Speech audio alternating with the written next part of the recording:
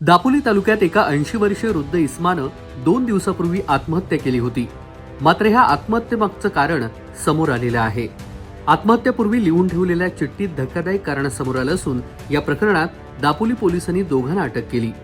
30 October रोजी दापोली तालुक्यातील हरणै राजवाडी येथील जयंत भागोजी दुबळे वय वर्ष 80 यांनी आपल्या राहत्या घरात गळफास घेऊन आत्महत्या केल्याची धक्कादायक घटना समोर आली होती.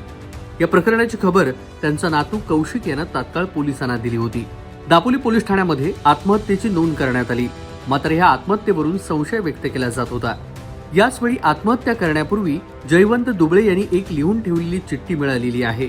या आकस्मिक आत्महत्या प्रकरणाची चौकशी सुरू असताना जयवंत दुबळे यांच्या नातेवाईकांना आत्महत्या करण्यापूर्वी लिहून ठेवलेली चिठ्ठी मिळालेली आहे.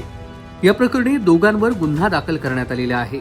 संदेश शंकर कदम वय 48 सध्या राहणार जालगाव बर्वेवाडी, मूळ मात्र राहणार हरणै राजवाडी तालुका दापोली. आणि दुसरा व्यक्ती आहे अमोल भालचंद्र गुरव वय 39 राहणार मोठी गोडीबाव या ठिकाणी तालुका दापोली. यांचं नाव या चिठ्ठीमध्ये लिहिलेलं आहे.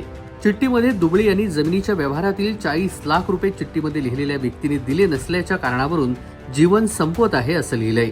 यावरून आता दापोली पोलिसांनी जयंत भागोजी दुबळे यांना संशयित संदेश शंकर कदम आणि अमोल भालचंद्र गुरव यांनी आत्महत्येस प्रवृत्त केल्याच्या कारणावरून दापोली पोलीस ठाण्यामध्ये गुन्हा दाखल करण्यात आलाय. दापोली पोलिसांनी दिलेल्या माहितीनुसार गुन्हा रजिस्टर नंबर 201/2025 भारतीय न्याय संहिता 2023 चा कलम 108(3)(5) प्रमाणे शनिवारी रोजी हा गुन्हा दाखल करण्यात आला असून गुन्ह्यातील आरोपींना तात्काळ अटक करण्यात आली. गुन्ह्याचा पुढील तपास सहाय्यक पोलीस निरीक्षक पूजा हिरेमठ करतायत. जयवंत दुबळे हे उत्कृष्ट गवंडी होते आणि गवंडी काम करून त्यांनी आपला आजवर संसार केलेला होता. ते मनमिळावू स्वभावाचे म्हणून ओळखले जातात. त्यांच्याकडे यापूर्वी वाडीचं अध्यक्षपद देखील होतं.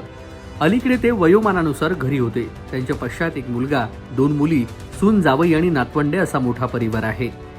कोकण कट्टा न्यूज, दापोली, रत्नागिरी.